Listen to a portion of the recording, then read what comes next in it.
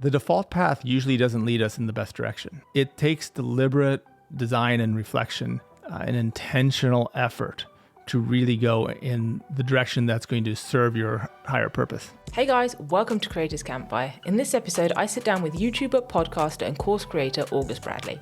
August started YouTube with a clear plan in mind, put out a series of videos teaching people how to live an intentional life through Notion. What August didn't expect was just how fast his YouTube channel would grow, the incredible community he would build around it, and how he would turn that channel into its own business with a dedicated course. August spoke to me about what that growth and journey looked like for him, how he's now looking to pivot his content, and how you can take the first steps to living a more intentional life today. Enjoy. Your channel is so interesting to me because of the way you've kind of, from looking outside and my perspective, you've kind of come in and you've done something that I haven't seen other YouTubers do, and that you were, from my side, you've come in, you were ready and you knew what you were doing from day one, and it's like you had a plan, and right from the outset, like the quality was great and everything, you ticked every box. And I just want to understand more about the thought process and you getting into YouTube in the first place. Yeah, great question. In some ways I did, in some ways I didn't. I did not know what I was doing with YouTube. I had tried YouTube before unsuccessfully, and I didn't really get it. But I had been consulting for years. I mean, I've been consulting for decades in terms of business efficiency, systems, processes. And I had really come into a specialty of doing these small business, often VC-backed ventures, in coming in and doing consulting and implementing very efficient systems and processes.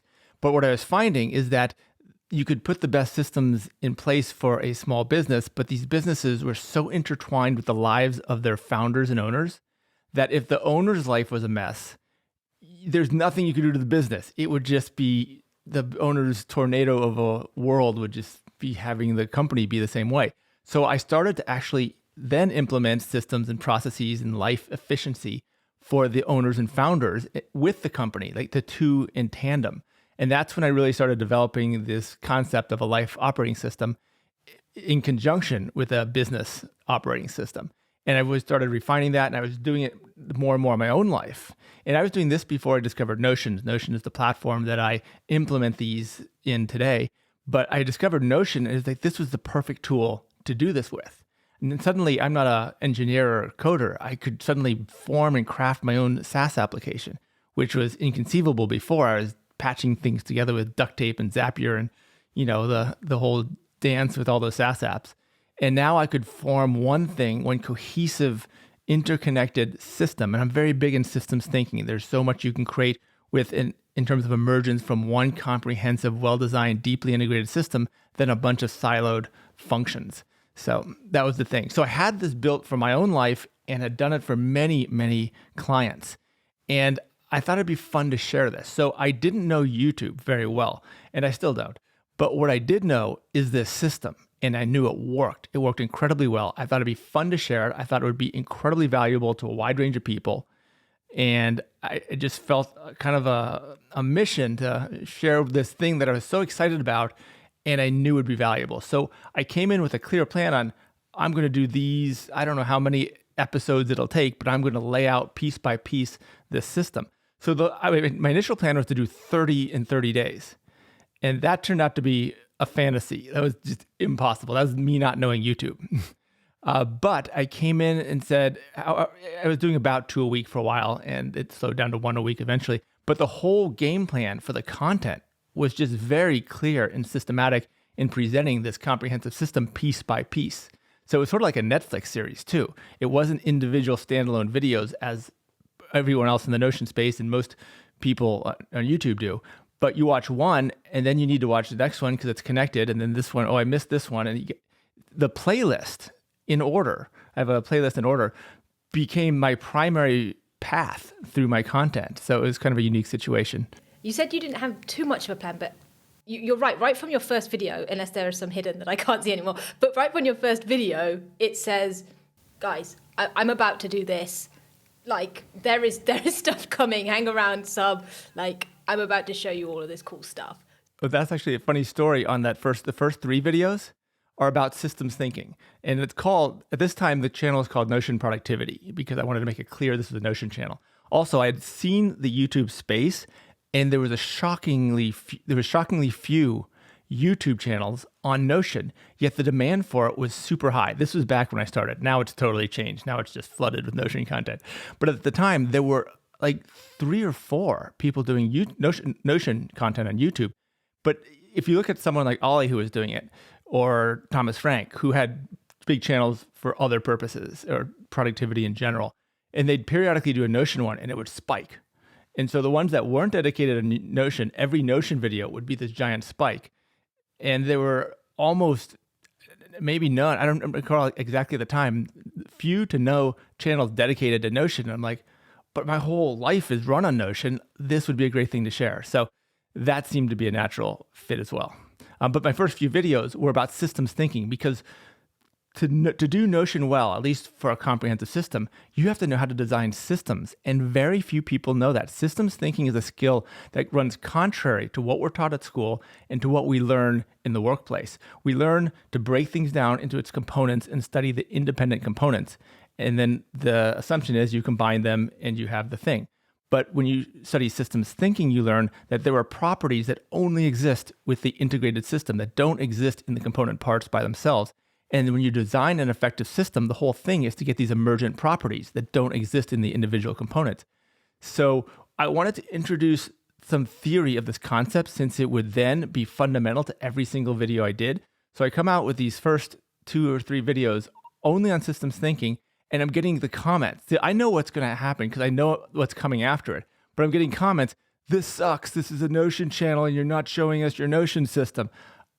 But I never thought of these videos, and I never, in the whole series, haven't thought of any of them in the context of when it's coming out. I'm thinking of it in the context of looking back at it as a cohesive serial piece.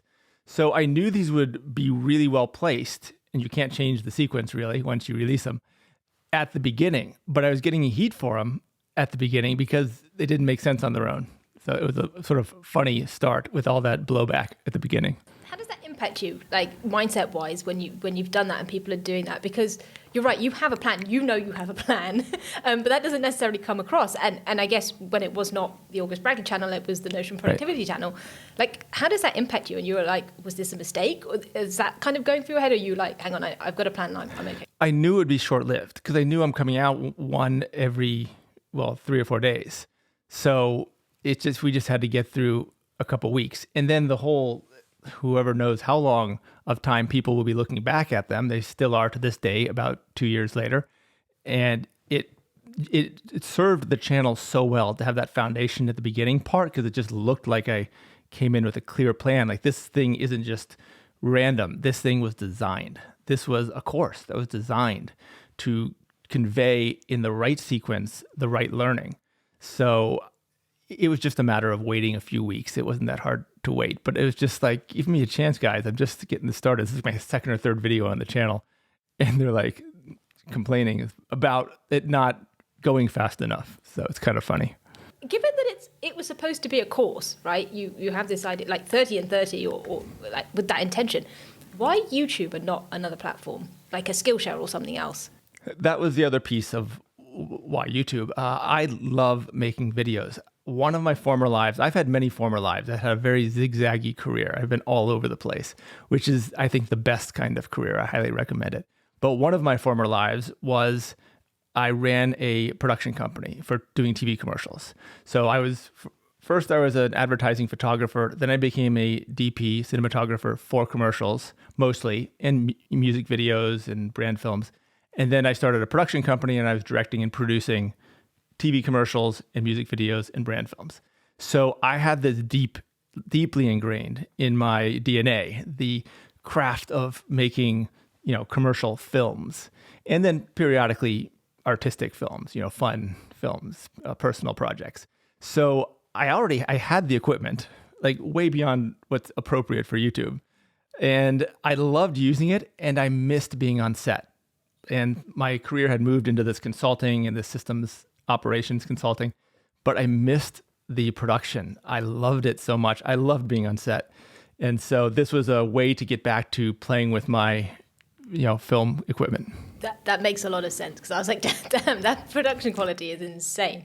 When you come into YouTube, are you you said you still consulting. Was the plan to was it like a side thing? Was it just like, hey, this is a hobby because I want to get back into it? Or was there actually any thoughts as to where it could possibly go? I certainly didn't expect it to grow as fast as it did. Right out of the gate, it was just growing like crazy.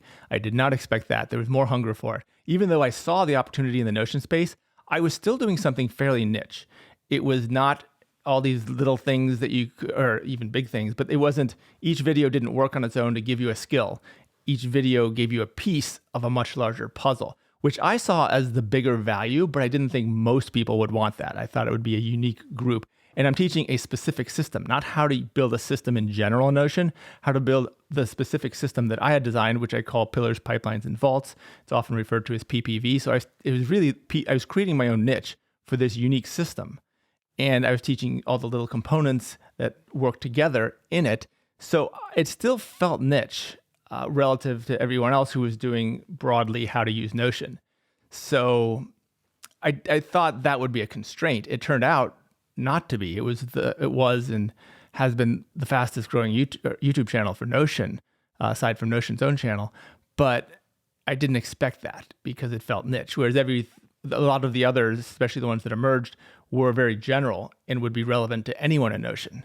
Mine is relevant to a particularly diehard person. My system it's a big, ambitious thing. So it's not for everybody. It's explicitly from the outset not for everybody. It's for people. It was funny who it turned out to appeal to. Two groups that are kind of opposites. One is people who are struggling and tried everything and nothing's working, but they know they got to get systems in their life. They need to get their life on track because they're not progressing in life. So they were willing to go big on something because nothing else was working. Then there's the middle group that are doing pretty well. They don't want to make a big effort. They just want incremental gains, and that's great. Life is good. They're happy. They're looking for steady improvements, but they're not going to go all in on something. But then there's the people who are almost at the top. They're super productive. They're super effective, super efficient, but they'll do anything to get that last 10%. So I get the diehards who want to squeeze out the last 10% and are willing to invest big in it. And I get the people who are just exasperated that nothing has worked, but they need to make the effort. So it's an interesting dichotomy. I remember when I found your channel reasonably early on in your kind of YouTube career, and I loved the way that you had linked everything, and it just felt like this was all planned. And I was like, this is genius. Like, I'm sucked in because now I have to go back, I have to watch it from the beginning, and I have to continue watching it. I absolutely loved that approach and kind of how it evolved over time. And I was like, this is so cool. As the channel did grow and you kind of realized that there was way more to it and that it was taking off, how did that change your approach, if at all, and kind of any other stuff that you were potentially doing at that time? It's actually interesting in my situation now. It's quite different. While I was doing the initial series, teaching the system, and I still teach pieces, especially as things change in Notion, and I add elements to the system. But for most of the channel's life, up until, I don't know, maybe 6 months ago or so, it was piece by piece, brick by brick. All the bricks were needed, and then you'd have the whole thing. Now that was version 1. It's now on like the 3rd or 4th version. So it's evolving as I'm building it. And that's another reason that I eventually went to a course, is some of it's outdated. I mean, it's still the principles are the same, and just the way to use Notion at its best, leverage it to the max, is still there. But the system's been changing, but it's hard to update on YouTube. So I didn't intend to do a Notion course, but there's so much response to this, so much, demand for a course. People wanted to go deeper. They wanted to have access to me real time, and they wanted a community, and they wanted to drill deeper on different components. It's like, so my thinking was this would be my course on Notion. And then I was going to do a course on something else, on life design more broadly, but not Notion based. But the demand was so overwhelming, and I'm getting emails during the growth of this channel like I have never seen in my life. The number of people telling me that this has changed their lives, it's, 5, 6 a day. Like, the response was so profound and touched me so deeply. This is what caused me to change my focus entirely to this, because I was working with companies and executives, and that was fun. I really enjoyed that. And those are good problems to wrap your mind on. But when I started getting the feedback from everyday people in a wide range of circumstances, it was so much more profound to me working with them. And so that made me prefer to work with individuals in this case. So that's what shifted me from business to individual largely. I still do some consulting, but I'm building a team that's doing the consulting essentially. And I'm focused on group training for individuals primarily. Although we're coming out with a Teams course because we have such a good Teams system as well. So lots of pieces now coming together. But at the time, everything was clear what each next one would be. I would never have to think about the next 10. It was obvious what the next 10 would be. And I just had to sit down, open my system, and walk through it and talk through it. The only work was to prep it in terms of pulling my personal data out, because I was at the time sharing my personal systems. So I had to figure out how to clean up stuff that was too personal. I shared a lot of personal stuff, but I had to clean up the most personal stuff. So that was the only work. But I knew I didn't script anything. It was just talking through as I walked through and screen shared that section of it. So up until recently, it was laid out for me, the sequence, the content, and no script needed. Now I'm at an interesting pivoting point, and I'm kind of having to refigure out how I do YouTube because the content isn't obvious and clear.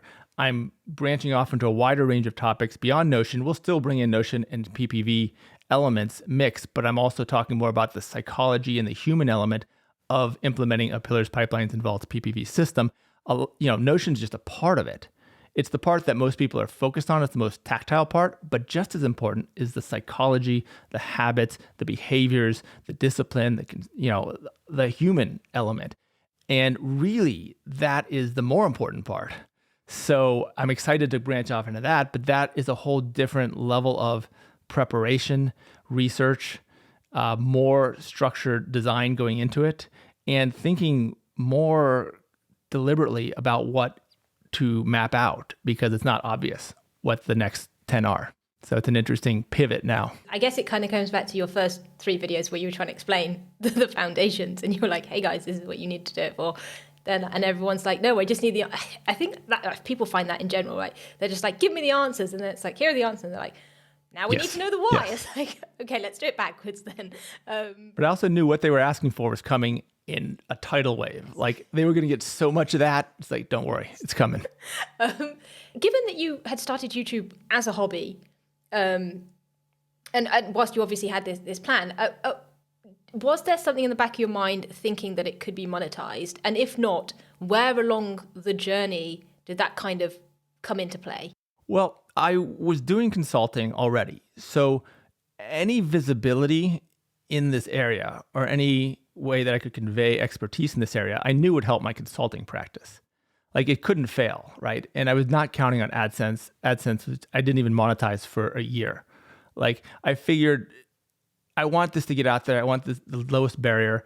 And it just seems so trivial, the AdSense profit share anyway. I mean, my channel wasn't that big. It's not like I was going to make it that much money. So I knew I'd get some benefit from the consulting. I love teaching.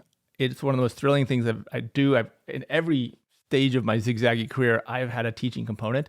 So I was thinking in terms of a course, but I was not thinking a Notion course. I was thinking a broader life skills course, which is deeply intertwined with my Notion training. And that's one of the things that made it stick.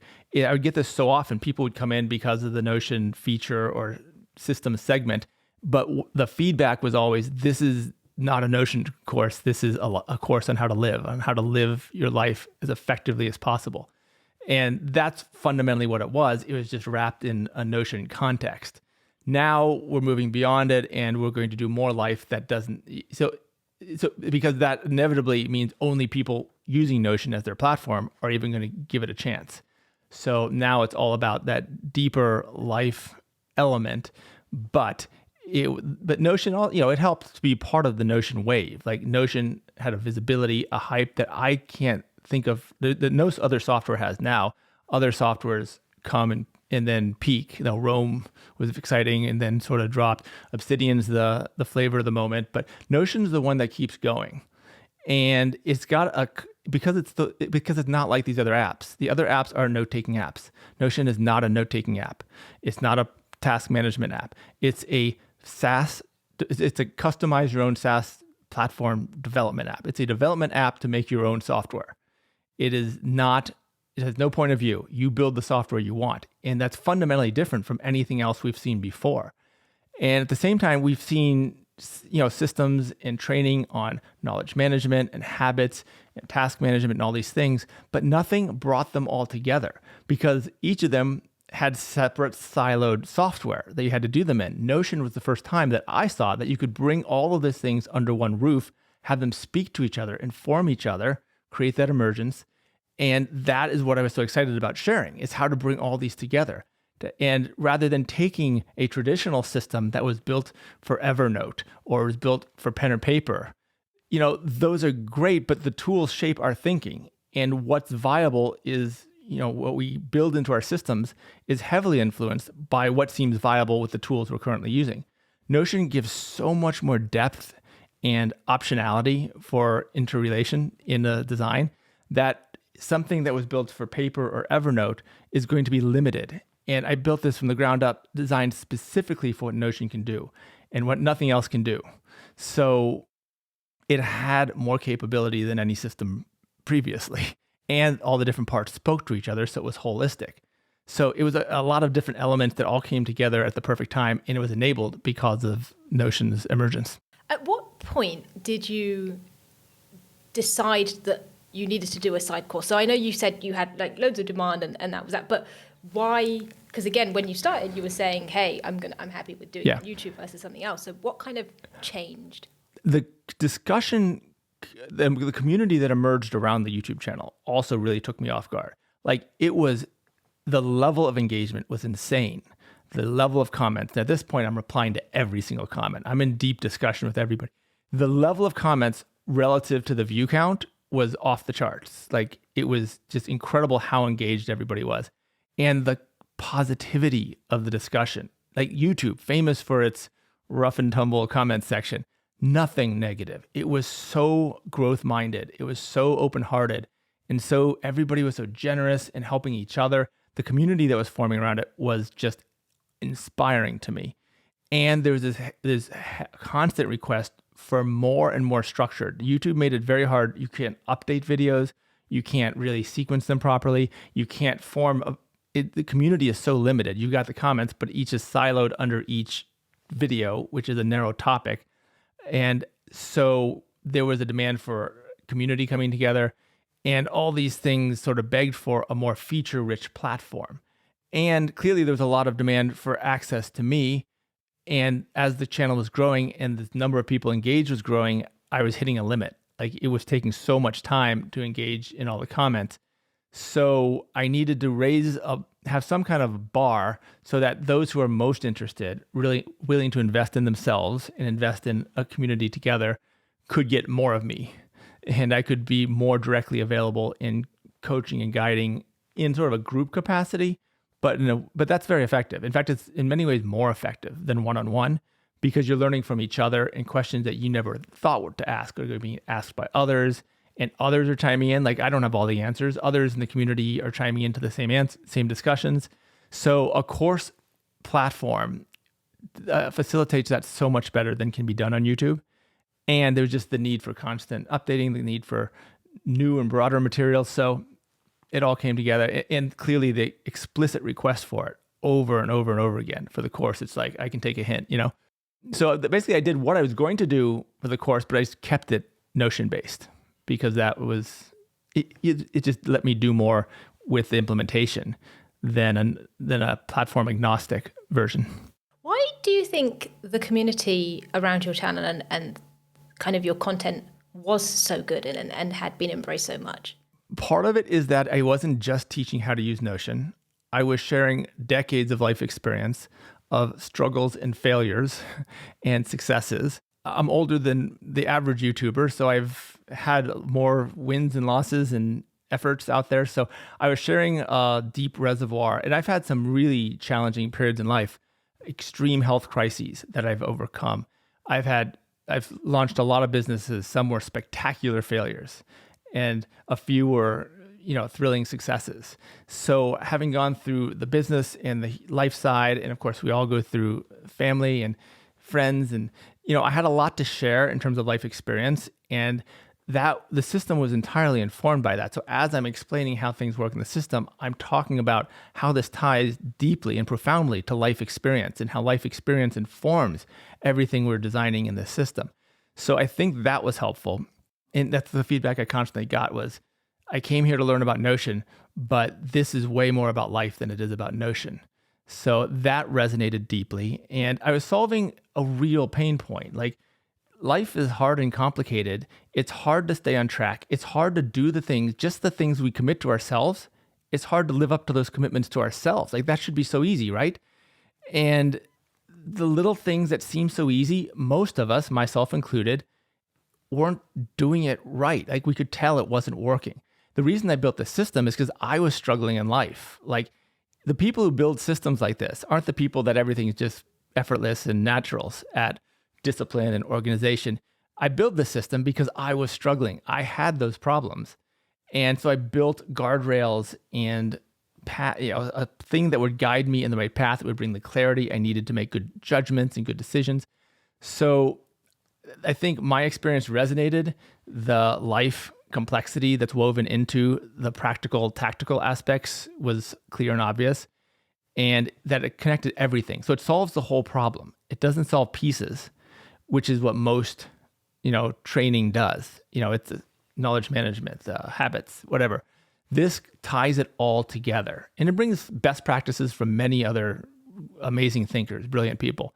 And then there are things that from traditional wisdom that I didn't think worked, or at least didn't work for me. So I would solve that in this system. So it's both a combination of best practices and some first principles thinking to reinvent elements, but then most of all, integrating it together. So each part informs the other. A lot of times when you're struggling with something, you can win at it if you go all out at that one thing, but then the rest of your life falls apart. This is a comprehensive system that keeps everything on track. Maybe you can't do everything you dream of, but you got to set priorities, and you've got to get everything aligned, because if your life's falling apart at home, you can't perform at work. And if things are falling apart at work, you're going to have problems at home because of the stress and the anxiety. Everything informs everything else. So you need to have it working together in harmony. And that is fundamentally what we're doing with PPV here. Can you talk a bit more about kind of how you learned about all this stuff in terms of life design and where it came from? And you've already touched on how you had so many different careers. So where along your journey did that kind of start, and how did that develop over time? I am a very problem-solving kind of person, so I always try to dissect things and rebuild them. But I've had a diverse range of experiences. Some of them were very intuitive-driven. Some were very analytical. And just across the gamut, I think by nature, I'm an intuitive person, not an analytical person. But most of my training in early career was extremely analytical. I went to business school. I had very analytical jobs and structured jobs. And at a certain point, I said, this isn't me. Like, I'm actually not wired for this, even though I've been trying to force it. I thought I wanted to be a CEO of a company. I thought I wanted to do all these corporate things. And then I realized I would get I would think of the job I would most want, I would get it, and then I would hate it. So I left that to go make things. And the thing I knew was photography, because I had grown up my mom was a photographer, a professional photographer. I grew up in her studio. I grew up in the darkroom. High school and college, I was living in the darkroom, running the photo editor of the newspaper and the yearbook and everything. So I had that's the thing I knew how to make. So I went to photography and started writing and doing photography, but photography is what took off. And that took me off this whole new creative path. So then I built a whole creative career. I had an incredible run as a photographer. I had some really good fortune and things moved quickly there. But then that whole industry collapsed. And just in time, I jumped into motion production, doing commercials, which was even more thrilling because it brought the element of time to our images. And it was so much fun working on set, designing and big high budget productions. Like, it was a blast with big crews. It was so much fun. But then I kind of plateaued in that. And then I had the opportunity to join one of the early virtual reality companies, right when virtual reality hype was peaking, and joined that, an AR, VR company. And in that position, because it was the peak of the hype cycle for VR, everyone from Silicon Valley and I joined them as the COO of the company. It was a new company that just raised VC funding. Everyone from Hollywood and Silicon Valley wanted to know what we were doing. So I was meeting the most fascinating people. And having the most incredible lunch conversations, which got me excited about all the frontiers of technology, not just AR and VR, but artificial intelligence and 3D printing and space exploration, all this stuff. I was meeting people in all these fields. So that's when I started my podcast, Mind and Machine. And I started exploring that. And that led to my consulting these kinds of companies. So that was the whole thing that got me into the consulting and operations efficiency thing.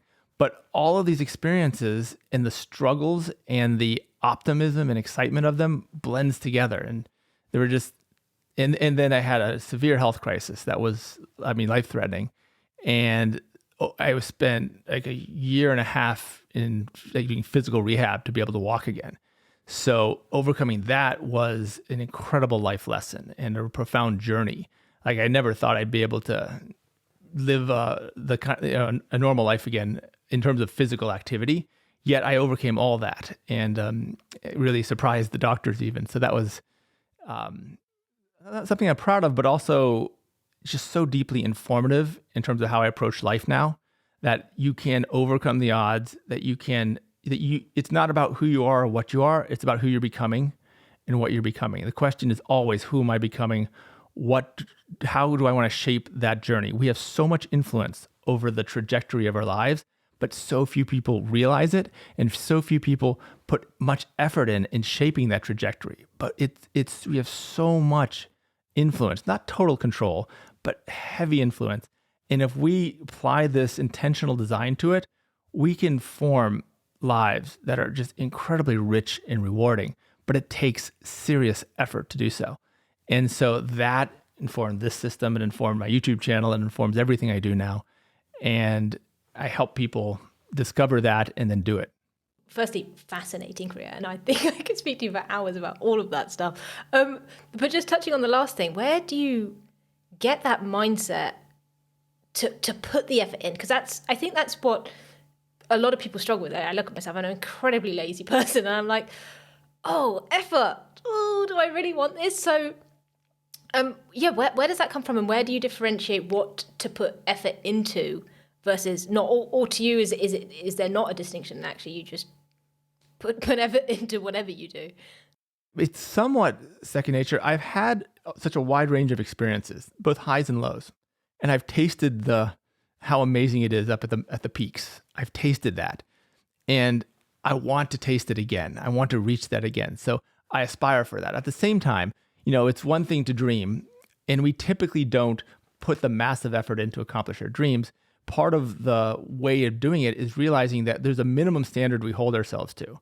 If we start falling below that standard, if I look in the mirror and my weight has gone up and I'm like, ooh, wow, that's not me. How did I, I struggle with weight, and I try to be fit, but I can go up and down. If I look at the mirror and I'm like, whoa, I'm surprised at how far I've let myself go. I've recognized that I've fallen below my minimum standard. We will fight so hard to not fall below a minimum standard. That will be a red flag that will kick us into gear to rise back up. But we tend not to fight so hard for our dreams. We dream about them, but we don't fight for them. The key is to raise your minimum standards, to set your minimum standards towards your dreams. Like, this is what I will not accept life below. So I am going to build the systems. I'm going to build the habits and the discipline, and I'm going to set a path, a thoughtful, intentional path that is going to get me so that I don't fall below this level that's way above where I am now. But if you can train your mind, a lot of it is just programming our minds. A lot of our mind's programming happens by default and is really negative voices, tearing ourselves down, limiting beliefs, questioning ourselves. That's what our minds do. They build stories, and by default, they tend to be negative and critical. But that storytelling machine can be hijacked for good. You can deliberately turn it around and brainwash yourself. Just as much as those negative stories are false, but you believe them, you can train yourselves for stories that are positive.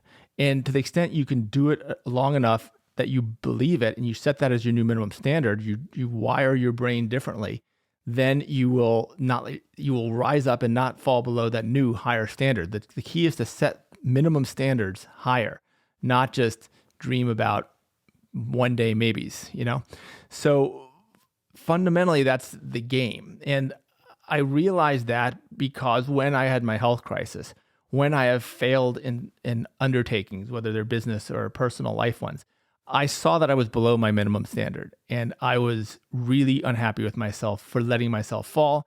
And I saw that I worked so hard to get back to my minimum standard, like to the level of life that I just feel naturally I should be at. And it's kind of unacceptable to run this level of deficit, whether it's health, whether it's relationships, whether it's business. If I start a business and it really fails and I lose a lot of money on it, I'm like, all right, my bank account is now depleted. I don't have any savings. That's not acceptable. That's not a responsible way to live. I took a chance and I failed. Well, I'm going to work so hard to build that back up, what I had, and make sure I don't fall below this minimum standard. I need to keep this buffer. I need to save this amount on a regular basis. And if I'm below that, I'm going to fight hard to get back. It'd be nice to have a lot more, but I'm going to really fight not to fall below the minimum. So having fallen below the minimum and then clawed my way back up, and having tasted some really rich experiences that I'd like to taste again, both of them are motivation for me. But most of the people who come to me, now true, it's a self-filtering group, but they feel, in many cases, they feel below their minimum standards, and they're trying to figure out a way to get back up. Now, in some cases, their standards are very high. Like, not everybody's suffering, but everyone, it's a psychological state, what your minimum standards are. And that's part of the beauty of it, is that, it's part of the harm of it is that anyone can have absurd expectations for themselves, but it also means you can deliberately change that to a healthy level and use that both as an incentive, and you can dewire the negative aspect of it and program positive aspects of it. And part of what we do with the system is we train our mind. We have mindset training and mindset practices and visualization practices in the system. You don't have to use these pieces, but a lot of people come in and they want the more traditional stuff, but they're kind of skeptical on some of the more, what would be considered woo-woo. But the thing is, I'm very analytical. Like, I'm very practical. So I'm not this new agey kind of person, even though I bring in some things that people have preconceived notions are kind of new agey. Now, I was skeptical of them at first, but then I saw how effective they are. Meditation, mindset practices, forms of affirmations done the right way. So I was super skeptical of these. I was like all these other people, but I saw the value through trying them and being open-minded about them. And now I see how powerful they can be. And so I seem like a credible source to a lot of people who are also skeptical of them. In most the people they see advocating it don't seem as grounded and practical as I am. So people will give it a chance if it's framed in the right way from the right person. So in that way, it can kind of resonate. So I'm covering a lot of topics here, but it all ties into how I figured it out and how I got to the point where it worked for me, and also why others are coming to me to do the same. So what does life design actually mean then for someone who hasn't come across this and is kind of listening to this and thinking, oh, I need this, or I want this, or this would be cool. Like, what does it mean, and how can they kind of maybe start, or what are the core principles? Right. My course is called Notion Life Design, but it's really life design that happens to use Notion secondarily. And the next, we'll have future programs that are life design that don't require or involve Notion at all. But life design is first of all, it's applying systems thinking comprehensively, how every system is not only part of a bigger system, but that its function it's what it is defined by its role in the bigger system. So everything is systems within systems within systems. And what the implication of that is, cause and effect from things outside the sphere that you're looking at will have implications inside your sphere. So everything's cause and effect, and repeating feedback loops of cause and effect. And if you're not looking broad enough, you're going to see a lot of effects, but you won't be seeing the causes, because the causes are in a system outside of the smaller system you're looking at, and you won't understand why those effects are happening. You're just going to see effects, and it's going to seem random and unexplainable. But if you look at the picture holistically enough, broadly enough, you can then find the causes that are driving these effects. And because they're looping patterns, hence feedback loops, they're incredibly powerful because they're relentless. They can drive you down or they can build you up.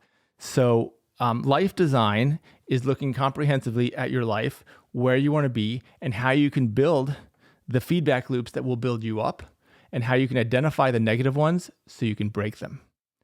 And it's just doing it across the key aspects of your life and recognizing you will not have time to do everything.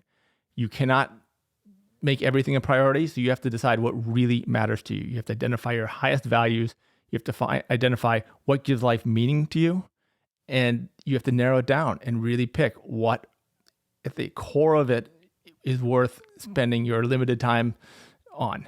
And then designing from that highest level of value and meaning in life, step by step, layer by layer, practical elements to get you there. So connect your highest level aspirations, you align them with your daily and hourly actions with tiers in the middle. So it's very clear and they're all connected.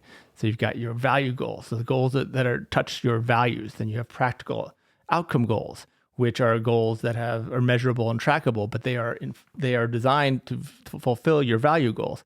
And then you have projects that deliver those, and you have habits and routines that advance your outcome goals. And then you break your projects down into daily, and then hourly tasks that you're actually going to do, and you can map it out day by day. So your day by day activities, really your hour by hour activities, are connected directly and explicitly to your highest level values and your highest aspirations in life.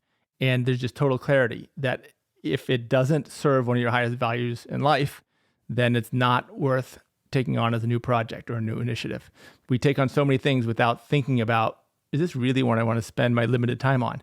And we're so reactive to everything. So it makes it deliberate, intentional, and clearly aligned with our highest aspirations. That's life design. Is there one practice that somebody could like start today if you know they've heard this or whatever, and they're like, okay, what's the one thing I could do to take a small step in this direction? Aside from watching the YouTube channel? I kid.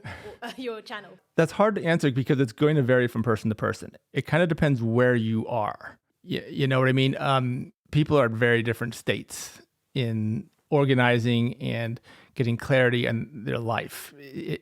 So it's hard to give one answer to that. It really does come down to the specifics of the person. But to give something, like if you're feeling lost and overwhelmed and like you're really just stuck and nothing's happening, take an inventory of what really matters to you. Let's start with what you value most in life and what gives life meaning to you. And this is not easy to do. This is easier said than done. In the course, we have a whole segment on this. I mean, like a large segment. It's a 2-week process. But to make it, well, the thing is, normally the process that people guide others through on this, it's so abstract and conceptual and not tactical, practical, and tangible that it never connects like in a real authentic way. So the process is to really dissect moments in your life, going through a lot of history in your life on how different events and activities in your life made you feel, how that feeling changed over time, and then ultimately what that tells you about what you value and what you find meaningful in life. But you can do it on a simpler level without that structured process, and just take an inventory and what events or activities in your life just where you feel alive, where you feel there's depth and meaning and substance to them. List those. And then look at the things you're doing throughout the week, day by day, hour by hour. How many of the things are you doing are aligned and serving those few things that make you feel alive and make life feel rich and rewarding? And you'd find that very few of your daily activities really are aligned with that because we're so reactive. We've got all these things that need to be done now, and it's often serving other people's agendas or something. There's no higher purpose. It's just going through the motions and treading water. And what we're doing with the system is ensuring that a portion of your day is advancing the big things that are going to move you towards what you aspire to in life. There will always be busy work that needs to be done, but we need to get a very healthy mix. And without deliberately designing that, you end up doing all the reactive stuff, all the little stuff that has tight deadlines, but doesn't really matter. And you won't even remember it in a month. But that's what most people spend all their days doing. So it's forcing space for the things that really matter, that will change your life, while, still getting enough done that, you don't get crushed by the realities of your immediate obligations. Yeah. Don't just stop working. There's still work to be done. No, that's cool. That's really, really good, actually. And you're right. There's so many people that it just happens so fast, right? You wake up and you just go, and it's like by the end of the day, you're like, firstly, sometimes it's just like, what did I even do today? But beyond that, it's like, there's just feeling of not doing something for yourself, or just still feeling kind of, to your point, stuck, or it's like you're not going anywhere. So that's very cool stuff. Yeah, the default path usually doesn't lead us in the best direction. Like it takes deliberate design and reflection, an intentional effort to really go in the direction that's going to serve your higher purpose. August, I think that's a great note to end on. I'm conscious of time as well. I don't want to steal too much of your time. Thank you so, so much for this. This has been incredibly enlightening. Well, thank you. I've enjoyed this immensely. Hey there, thanks for watching. I really hope you enjoyed the episode. Links to where you can find August and his course are all in the description, and I'll see you in the next one.